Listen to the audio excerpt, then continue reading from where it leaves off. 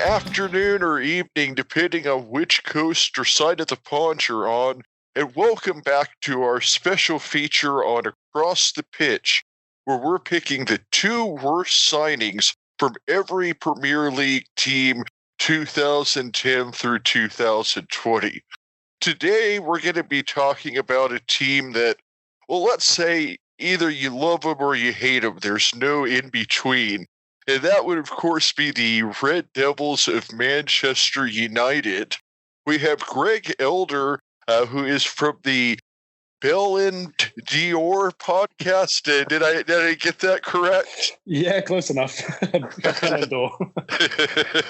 And Greg has recently started a podcast, and him and his brother Doug are going to be, you said, covering all sports, but you're both Manchester United supporters, so it might be kind of a United-centric show. Why don't you tell us a little bit about your show, and then we'll get into the picks here.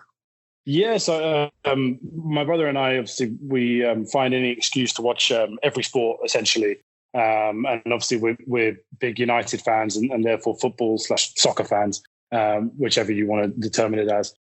So we thought that we'd kind of use this time fairly wisely to kickstart something we've spoken about for a while. And in the process of us figuring out the main kind of theme behind our show, our podcast, we stumbled across something that's actually quite a popular name in our family, which is referring to someone as a bellend. So Ross may have a better understanding of what that means, and people on the other side of the pond.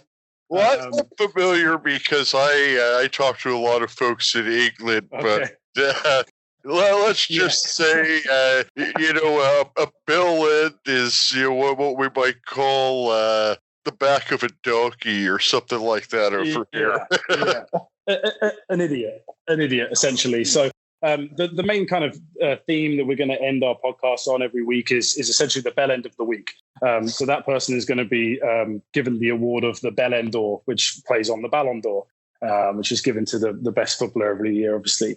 For example, last week it would have been whoever at Liverpool made the decision to furlough the staff and get the government to pay the wages. To me, as a United fan as well, that's a fairly Bellend move. So he would have been given the Bellend d'Or last week. So, and then Jack Grealish comes to mind recently also. Yeah. He would have been the week before for sure. Absolutely. And that raises some question marks over whether or not we want him at United next season. So, but yeah, that's the main kind of premise of our podcast. And, obviously we'll talk about most sports prior to giving out that award at the end of the podcast every week. So when you say most sports, are you talking English sports, American sports, all of the above? Yeah, pretty much everything. It's going to be obviously centered around the main storylines of the week, essentially, and obviously with us having our interests primarily focused in soccer, the original football, then that will be what we tend to lead with. But if there's something big centered around, for example, the Olympics being moved to next year, the golf majors being rearranged and certain things like that. And then obviously with the NFL, the draft's coming up. So we'll talk about that and certain things like that. Yeah, I've gotten to the point where I just say soccer, football all the time, and then nobody can be, nobody can. Exactly. Exactly. Now, Ross, you've already made your picks for Bournemouth, and we aired that Friday. We had Manchester City picks that were aired yesterday by David Walker. We have Tony's Burnley picks, which are airing today.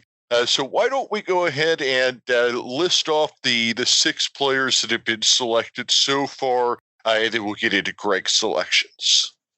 All right. So for my beloved Bournemouth, a pick that I'm sure Greg will agree with, Jordan Ibe and Lee Tomlin. For Manchester City, we have Wilfred Boney and Eliaquim Mangala, and then for Burnley, Lucas Djokovic and Ben Gibson. Very good, bad picks. I don't know what you put it at, but yeah, there's a couple in there that I think will make the Elite 8 at least. I won't reveal my picks just yet, but there's a couple in that 6 that I think could well make the Elite 8. Now, Ross, you did send me Greg's picks before the show, and there was one guy that I was kind of surprised wasn't on there. Were you also surprised that this guy wasn't on there? A little bit. I think I'll leave Greg to explain that one, though. All right, Greg. Well, before we get to your pick, I should mention that although Accrington is my first team, I'm also an Arsenal supporter, and a couple of years back, you got a guy off of us who I think he's maybe scored one goal since you got him off of us, and I feels that way. Did him to be on there. So I guess the first question I have is so Alexis, why didn't he make the cut? So I think once I kind of give the other two, that might help me explain it a little bit more. But I think also the fact that in us getting Sanchez, you got Mkhitaryan, who the preseason prior to us making that swap deal with you, he came back from his holidays looking a bit pregnant. So you kind of got a rubbish player from us, and we didn't get the best player from you. So it didn't really hurt us that much. It didn't help us that much. Whereas I think the two others, I can kind of give a bit more reasoning as to why I chose them as my two worst signings in the last 10 years. It's interesting that you say that, because I was mentioning to Ross this morning, I was saying, for Arsenal, Mkhitaryan's got to be up there on the list, but then we got rid of Sanchez. It would appear to be the right time, so maybe that's kind of a wash. So exactly. So out of your two picks, let's start off with who was the surefire guy, and then we'll finish up with maybe the guy who was a little harder to pick. Who was your straight through to the first round proper of the bracket worst signing for Manchester City 2010 to 2020? Yeah, so for United over the last 10 years, it's got to be Bebe. And I think the fact that a lot of non-United fans have never heard of him kind of proves why he was just such a waste of £7 million. So the reason being, he moved, I think, in the second or third tier of the Portuguese league, essentially for free, about 5 weeks before we signed him. So he moved. He had two transfers in the same summer window. So our previous assistant manager, Carlos Queiroz, spoke to Ferguson and said, "You should sign this guy. He looks fantastic." And if you look him up on YouTube, he did look fantastic in the second or third division of Portuguese football. But once he came in the summer of 2010, he just couldn't cut the mustard. He was not good whatsoever. I think we played him in a couple FA Cup games against League One, League Two, standard opposition. And even there, he looked out of his depth. And I think to spend $7 million on a tip from Carlos Queiroz, I think that also goes down as one of the worst bets in history as well. Yeah, I mean, from what I'm reading about, I'd heard the name when Greg mentioned him to me earlier, but I didn't know much about him, so I did a bit of research. And the fact that Fergie, was obviously known for having such great control, over his squad, the fact that he had never seen him play, I don't know whether he was doing his assistant manager a favor, but the fact that Fergie had never even seen him play was a very interesting one. I mean, you've obviously had some good success with some Portuguese players in the past, so I'm wondering who you sort of blame for this. So, do you blame Fergie a little bit? Or, I mean, he was obviously getting up there at that point. Or I think blame has to go on Fergie. I think obviously with the kind of embarrassment of riches that we have to an extent at United, $7 million is not too much for us to spend, but it's money that we didn't need to spend essentially. And but for me, I think the blame goes on Carlos Queiroz. I think if I've got my timeline right, Carlos Queiroz became the Portugal manager or something like that. So he was no longer at United at the time of us signing Bebe, I don't think. So that raises even more questions against the validity of this deal. And I think just the fact that you never heard about him, you'd never heard about him before.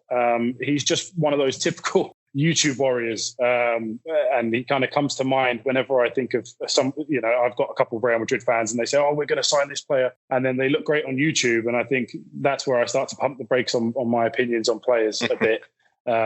Because after what happened with Bebe, I think anyone can look good on YouTube.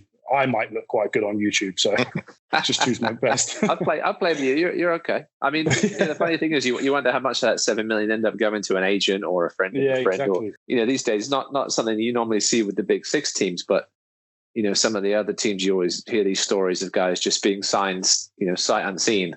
Yeah, and then you wonder, end up where they're just doing somebody a favor and slipping somebody a mil or two here or there. Yeah, exactly.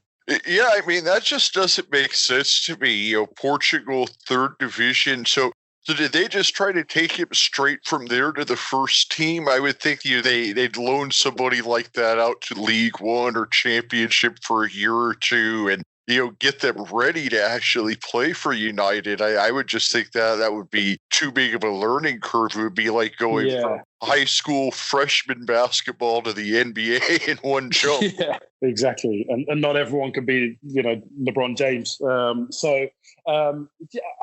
I don't know what the purpose of that was.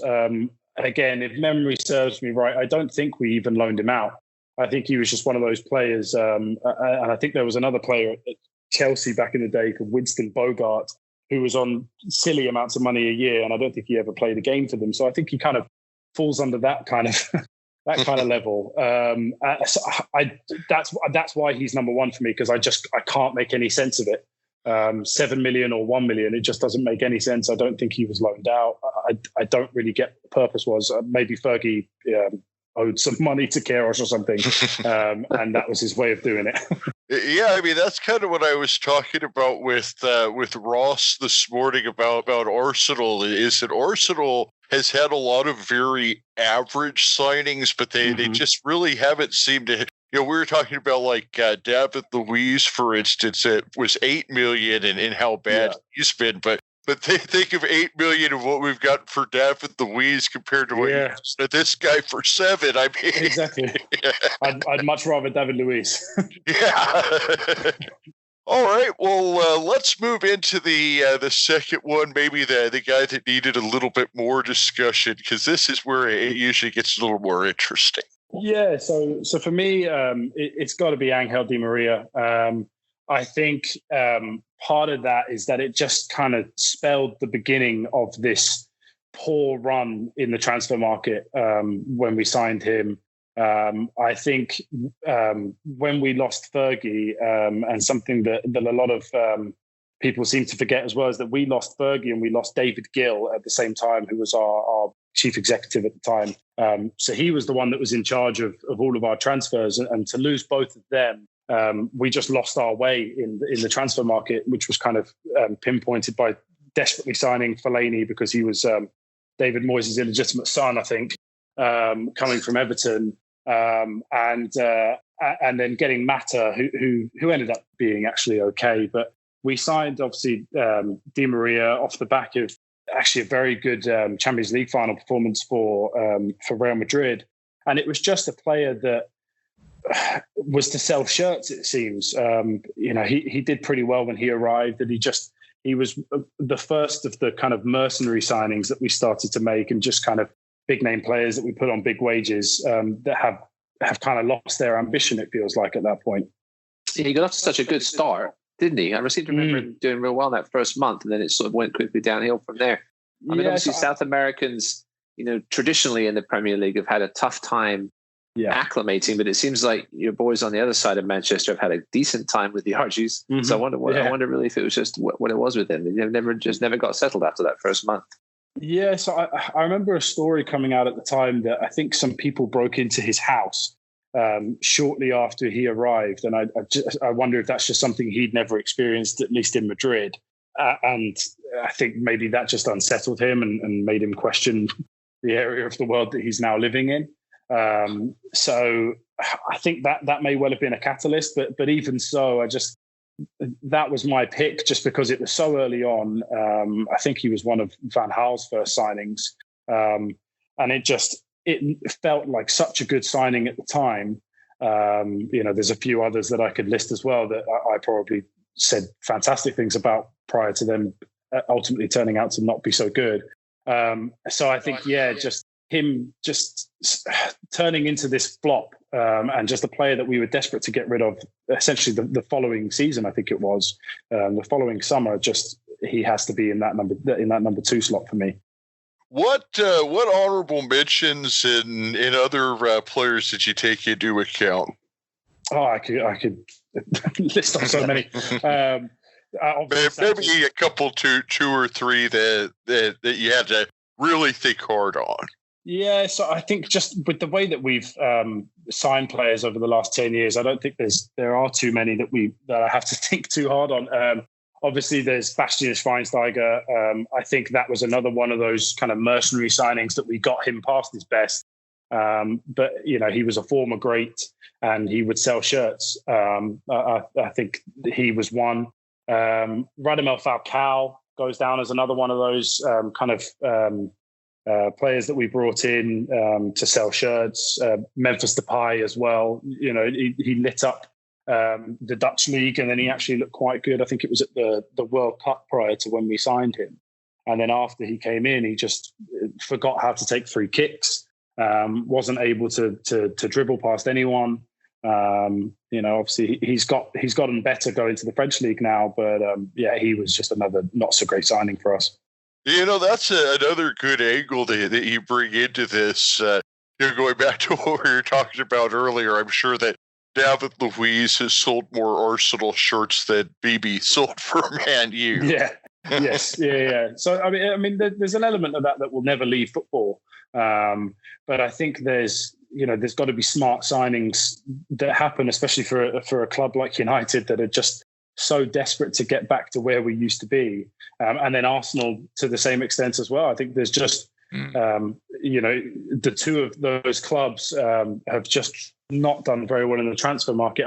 I'm hoping the last two transfer markets for United are a sign of something changing. With Ole Gunnar Solskjaer and Ed Woodward finally figuring out how to do his job. I don't want to have another false dawn. Which manager do you think made the worst signings? Was it Mourinho or was it somebody else? I think I've probably got to go with Van Gaal. Just the fact that I think Schneiderlin came under him, Schweinsteiger came in, Depay came in. I think Falcao came in under him, Di Maria as well. There's just so many failed players that are no longer at the club from him. Whereas, we've still got Lindelof and Bailly and Matic and Fred, players that have actually done quite well this season for United. So, who came in under Mourinho. Right. Ross, is there anybody that you had on your radar that we hadn't discussed yet here? I mean, I just wanted Greg's opinion on Pogba and just sort of where you sees the future with him and the club. Yeah, so Pogba's a tough one for me because I desperately want him to work out. I think on his day he still is one of the best midfielders in the world. How he was playing at Juventus, and then obviously now a World Cup winner and an integral part of that French team that won the World Cup. I don't know what his priorities are. And I think he's got the worst agent in football. I think if this, obviously the pandemic that we're living through right now, I think if that hadn't happened, Pogba would have been gone this summer. Now I think there's still a percentage chance, not the highest of percentages, but still a chance that he will leave. I just don't know whether or not clubs will have the funds to meet United's asking price. I think we have another year with Pogba next season with the option of another year after that, I believe. So we're not desperate to sell him as of yet. So I think we can still stick to our, 100 million, especially if we're looking to sign Sancho for 100 million as well. But a part of me also would love to see what Pogba can do with Bruno Fernandes, and then someone like potentially Thomas Partey coming in over the summer, again, potentially, or even Matic or Fred and McTominay sitting as a out-and-out central defensive midfielder, and then giving the players of Pogba and Fernandez's qualities the freedom to just make things happen. I think it's a very interesting time for United. I was having this conversation earlier with a couple of my friends. Rashford's had an amazing season up until his injury. Martial's had a very good season. Fred's had a very good season. Maguire, Wan-Bissaka. There's the beginnings of a team there, but they all seem to hit these purple patches at different times. So that's why we can't find any consistency. So I think if you can find a way to put Pogba into that, you'll have genuinely an easily top four team. I don't know whether or not it's good enough to challenge for the title yet, but to not get top four with a team like that would just be a disgrace. I'm looking forward to seeing the development of Fernandez. No doubt, he's very impressive. Yeah, he's looked great. Yeah, I would definitely say that on paper, United is a top 4 team, especially with some of the signings. I mean, Wan-Bissaka is just a guy that I really wanted him for Arsenal, and I was disappointed when you guys got him. And but yeah, I think he's going to be a star in the Premier League for years to come. Yeah, I think it's with Wan-Bissaka. I think if you're Gareth Southgate, for example, you're trying to choose England's right back, it depends how defensive you want to be, because I think defensively Wan-Bissaka is better than Trent Alexander-Arnold, but Trent Alexander-Arnold is amazing attacking wise. So it's just, it's an embarrassment of riches for England right now in that right back position. And I think that's testament to how quickly Wan-Bissaka has progressed into just this dominant force at right back. Yeah, he really has. I mean, 2 years ago at Crystal Palace, you never would have thought that he'd be starting right back for United and challenging for the starting national team position. But yeah, and he's only 23 now. Yeah, I think if that, I think he may even be 22. But yeah, he's a young star. I think he and Wan-Bissaka, he and Trent Alexander-Arnold are going to have battles over the next few years as to who gets that position. No doubt. All right, well, I think that we have a really good look here at the worst signings for United. And Greg, like you said, when a team has as much money to throw around as United is, $7 million to United and $7 million to Bournemouth are two different things. But I can't disagree with anything that you said, especially given, like you said, circumstances where, guys that they might have missed out on, things like that. And, the guys that didn't have any ability to sell shirts, which is something that, when you're a Big Six team, that money is important as it is there. Yeah. Ross, did you have anything else before we wrap up with Greg here today? No, it's good to chat with Greg. We're usually golf partners, but we haven't been able to get out there much. And he was my assistant coach on my title-winning team. I think it was it U10s or U11s, Greg, a couple of years ago? And I think U10s. Yeah, his little nephew's a good little player. It's always like to say it takes a lot of balls to golf the way I do. Well, Greg, I appreciate you coming on, and we'll have to have you on again. Maybe do a full-length episode with you and your brother, and talk about what your show does, because it sounds like it would really appeal to our audience. Yeah, absolutely. I really appreciate you having me on today. Yeah, absolutely. I appreciate it. Have a great one. Thank you. You too. Cheers, boys. Cheers, Ross. Cheers, Greg. Cheers, Ross. Bye.